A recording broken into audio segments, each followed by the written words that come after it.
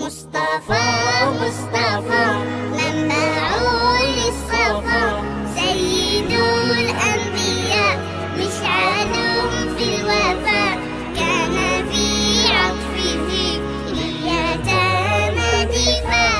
مصطفى مصطفى منبع للصفا، سيد الأنبياء مشعل في الوفاء، كان في عطفه